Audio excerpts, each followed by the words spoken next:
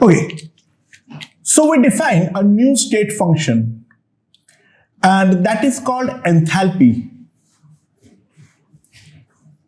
Now, what is enthalpy? Enthalpy is basically represented by H, right? Enthalpy is represented by H, and H is equals to U plus PV.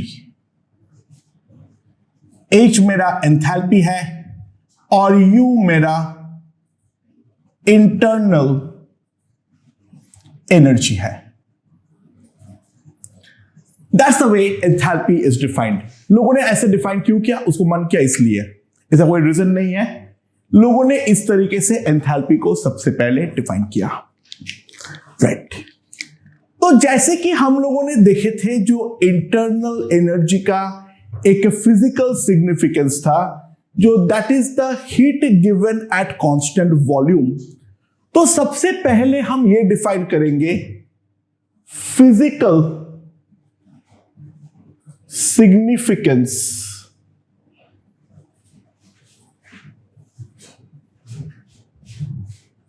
of enthalpy.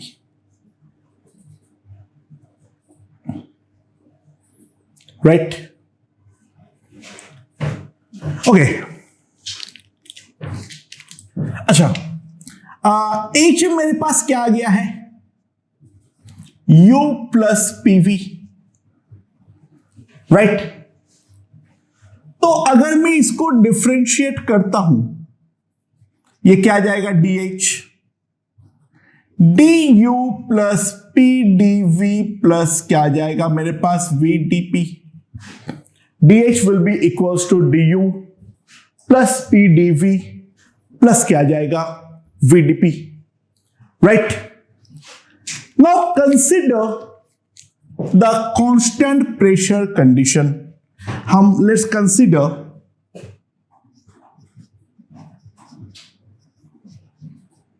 Constant pressure condition. तो अगर मेरे पास pressure constant है तो obviously बात है मेरे पास dP जो हो जाएगा वो 0 हो जाएगा. तो मेरे पास DH क्या आएगा? du plus PdV. Now PdV अगर मैं रिवर्सिबल प्रोसेस कंसीडर करूं तो PdV जो है वो है मेरा dW. तो DH मेरे पास आ गया du plus dW, and according to the first law of thermodynamics that is dQP. P इसलिए क्योंकि कांस्टेंट प्रेशर से हीट दे रहा हूं. So delta H is nothing but delta QP. तो change in enthalpy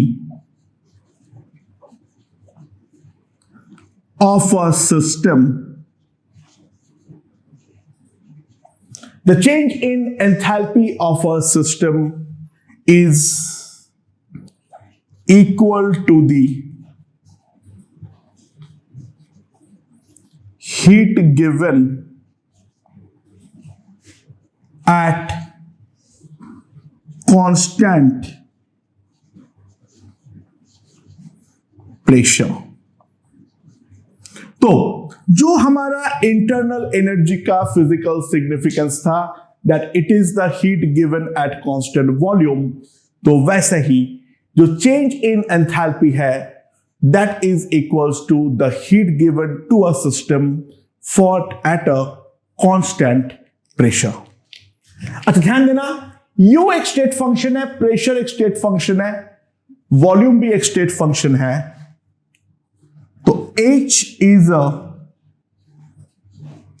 state function. So delta H is equals to delta QP is valid for both reversible and irreversible process. हमने define तो यहां पर केवल और केवल रिवर्सिबल के लिए किए थे, जो हमने डिराइव किए थे, लेकिन क्योंकि ये स्टेट फंक्शन है तो फर्क नहीं पड़ता है जो प्रोसेस हमारा रिवर्सिबल है या इरिवर्सिबल है, सबके लिए ही मैं लिख सकता हूं जो डेल्टा एच जो होगा that will be equals to delta Q P, यानी it is the heat given at constant pressure. But delta QP is equals to NCP delta T, ये तो हम लिख सकते हैं फॉर अ गिवन सब्सटेंस। तो मेरे पास डेल्टा H जो होगा that will be also equals to NCP delta T, and this is valid. ये कब वैलिड रहेगा? Valid if no phase change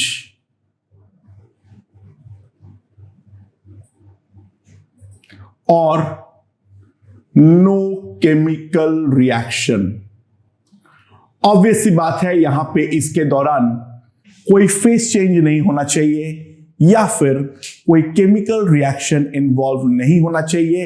otherwise अगर वो दोनों चीज नहीं हो रहा है तो हम कोई एक सिस्टम के लिए लिख सकते हैं जो हमारा डेल्टा H होगा that will be equals to NCP delta T, just like हम लोग लिखते थे delta H equals to delta U equals to NCV delta T। अच्छा, केमिस्ट्री में बहुत सारी जगह पर डेल्टा U को डेल्टा E के नाम से भी लिखते हैं, ठीक है, तो उसमें कोई दिक्कत वाली बात नहीं है, राइट। सो नाउ अब हम लोग बेसिक डेफिनेशन को इस्तेमाल करते हुए कुछ क्वेश्चंस करते हैं। ध्यान देना है। पहला क्वेश्चन, मेरे पास है 1 mole ice at 0 degree Celsius. हमारे पास है 1 mole ice at 0 degree Celsius. Latent heat ये दे रखा है 80 कैलोरी पर ग्राम।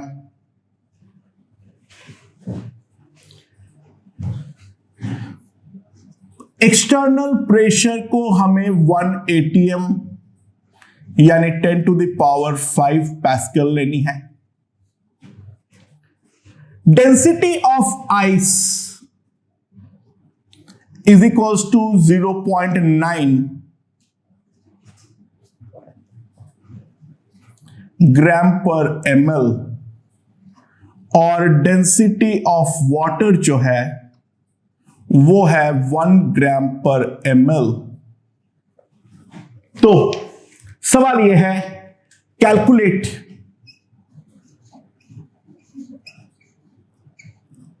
Delta H and delta U of the process. इस प्रोसेस का डेल्टा U और डेल्टा H कितना होने वाला है, राइट। तो किस तरीके से करेंगे हम लोग इस चीज को, ध्यान देना।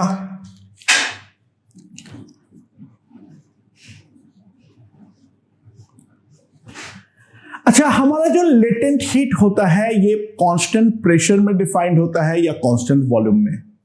इसमें इंपॉर्टेंट बात यह है, मेल्टिंग पॉइंट अगर प्रेशर चेंज होता है तो वो अपने आप बदलता है।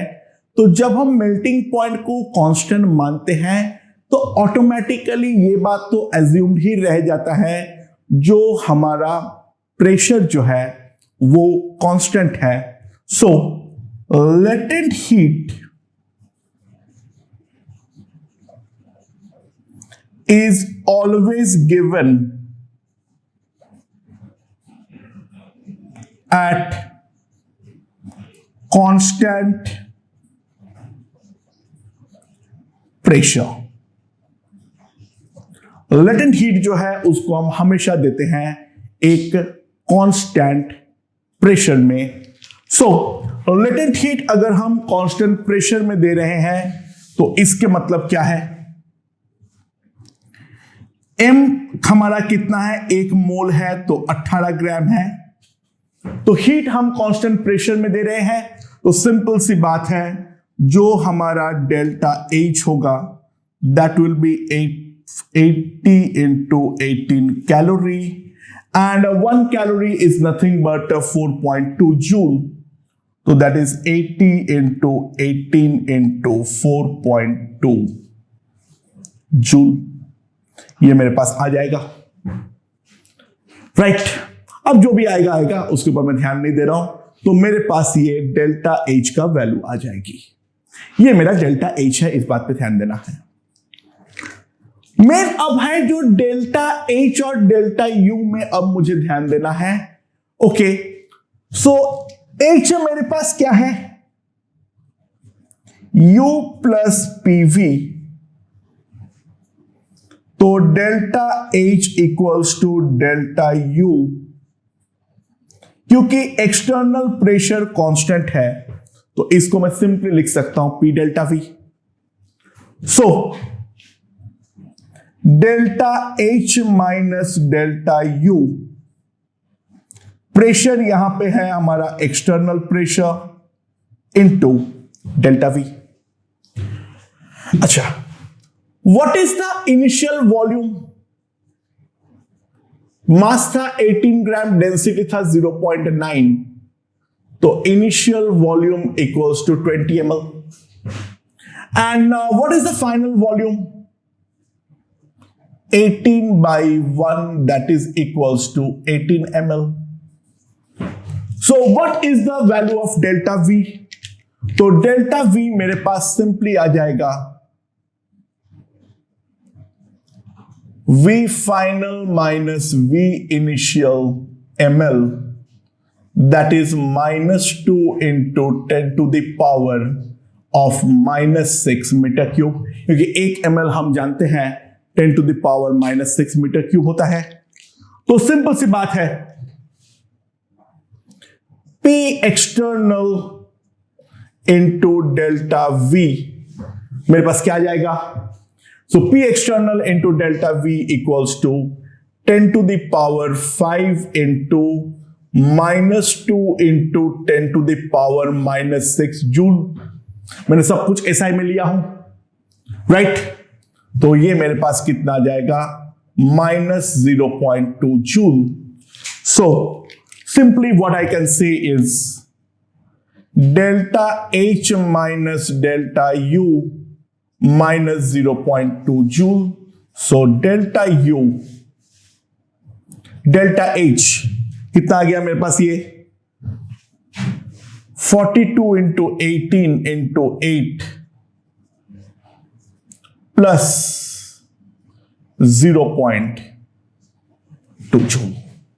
ये मेरे पास डेल्टा U का वैल्यू आसानी से आ जाएगी, राइट?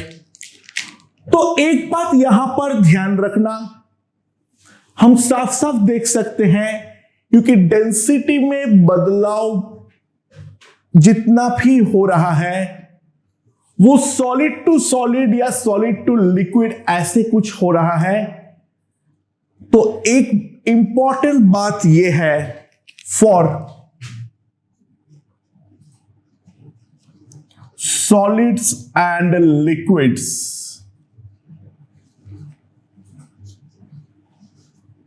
नॉर्मली डेल्टा H और डेल्टा U ये दोनों हमारा अप्रोक्सीमेटली इक्वल आती है।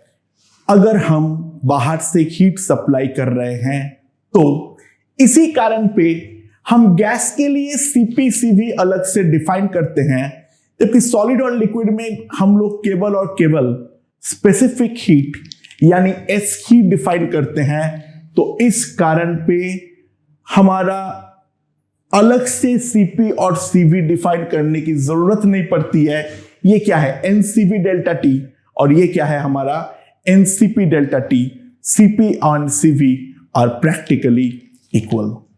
ओके, तो चले यहां से हम लोग सेकेंड क्वेश्चन देखते हैं। सेकेंड क्वेश्चन क्या बोला है, प्रेशर ओवर अ सॉलिड,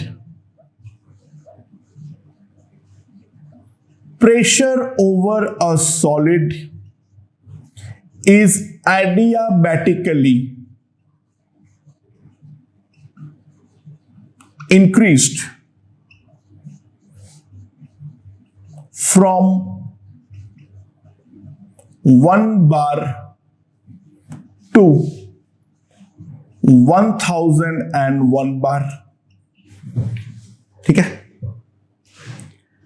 हम लोग एक सॉलिड के ऊपर का प्रेशर एक बार से बढ़ा के 1001 बार बना रहे हैं adiabatically. During the process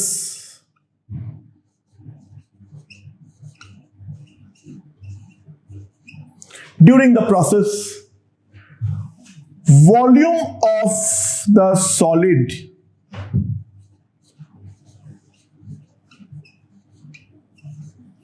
decreases to 990 ml from 1000 ml। Initial volume था 1000 ml, वहां से मेरा वॉल्यूम में चेंज होके वो बन गया 990 ml। तो कैलकुलेट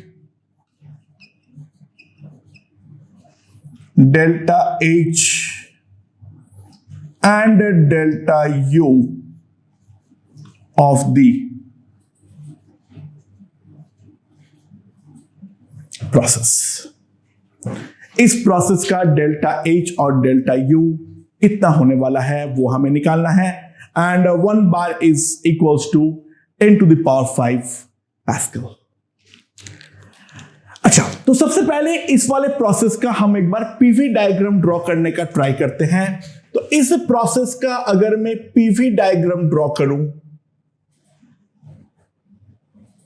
यह है मेरा प्रेशर, यह है मेरा वॉल्यूम। तो ध्यान देना,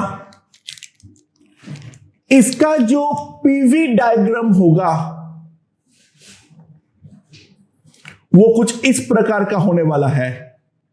इनिशियली जो वॉल्यूम है वो है 1000 ml and 1000 ml is nothing but 10 to the power -3 metre cube. और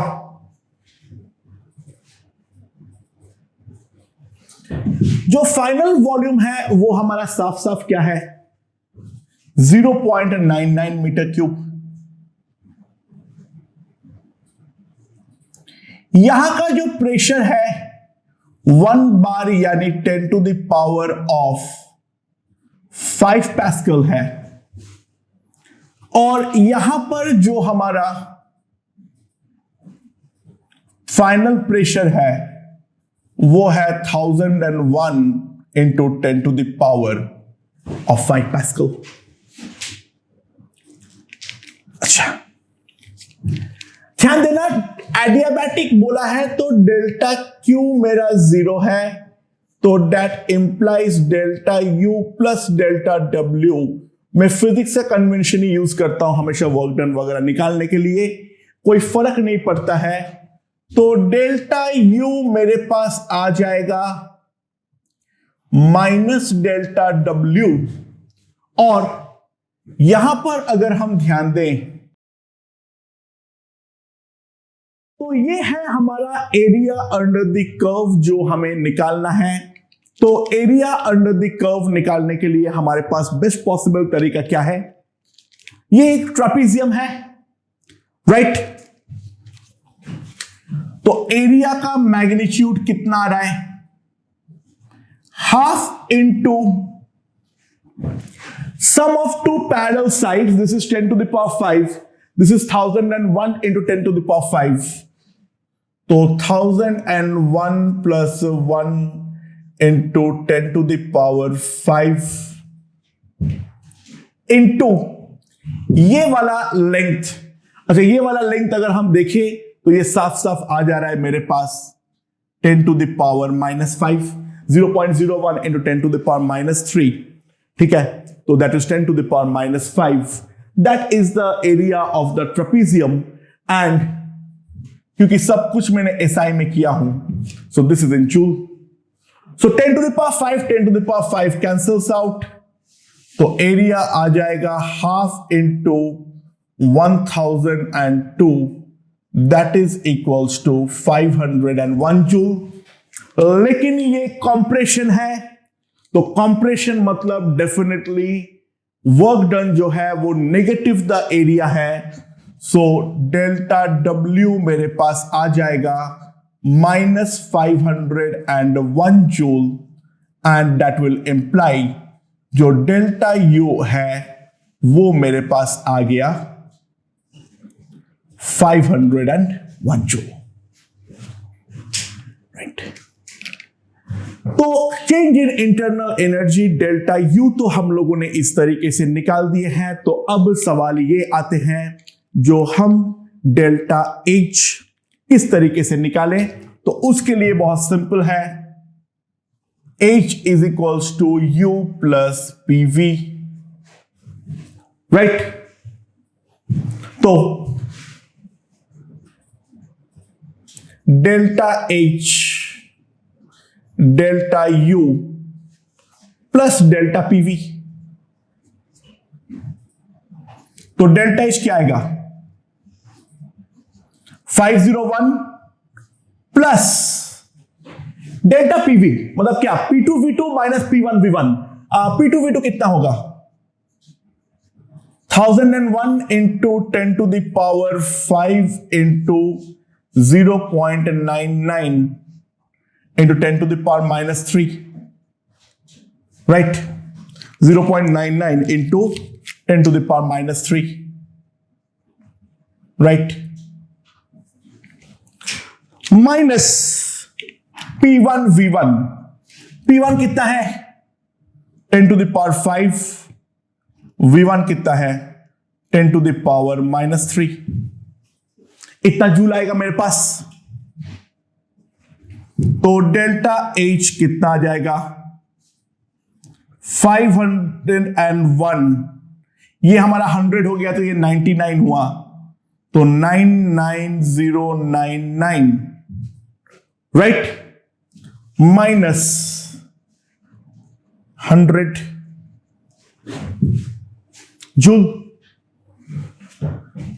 सो 501 प्लस 98999 जूल, तो कितना आ जाएगा मेरे पास। अगर हम यहां पे 501 ऐड करें तो साफ साफ हम देख सकते हैं ये मेरे पास आ जाएगा 99.5 किलो जूल। अच्छा, ध्यान देना यहां पर डेल्टा एच और डेल्टा यू में ड्रास्टिक डिफरेंस है। यहां पर हीटिंग इन्वॉल्व नहीं है, यहां पर कंप्रेशन इन्वॉल्व है। और कंप्रेशन के केस में एक बार भी नहीं बोला हूं मैं, डेल्टा एच और डेल्टा यू का वैल्यू जो होगा वो हमारा अप्रोक्सीमेटली सेम होगा। ऐसा कोई भी थ्योरी हमने कहीं पर नहीं पढ़े।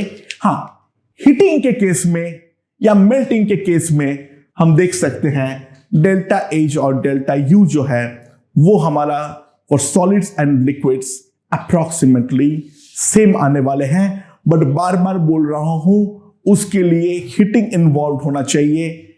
हमारा कंप्रेशन वगैरह में डेल्टा एच और डेल्टा यू में ऑब्वियस सी बात है बहुत ही ज्यादा ड्रास्टिक डिफरेंस आती है, right.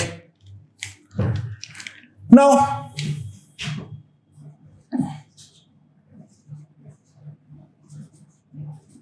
CP of a gas दे रखा है A plus BT।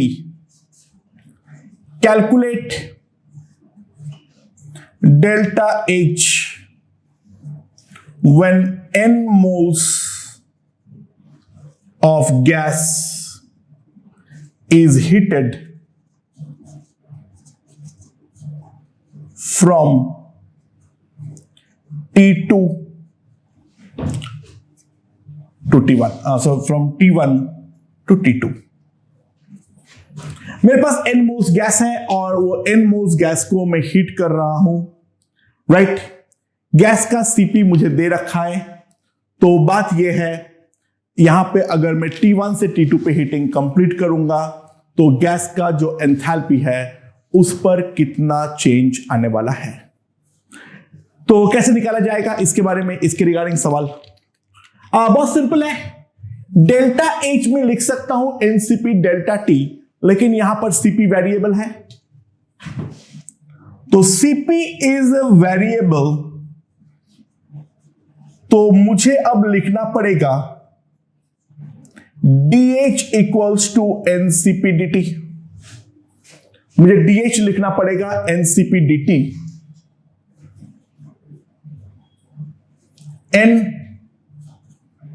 a plus bt into dt, तो डेल्टा H आ जाएगा इंटीग्रल dH, तो n कॉमन लेते हुए integral a dt from T1 to T2 plus integral bt dt from T1 to T2। So यहां पर साफ साफ क्या आएगा, NaT2 minus T1 plus NB by 2 T2 square minus T1 square.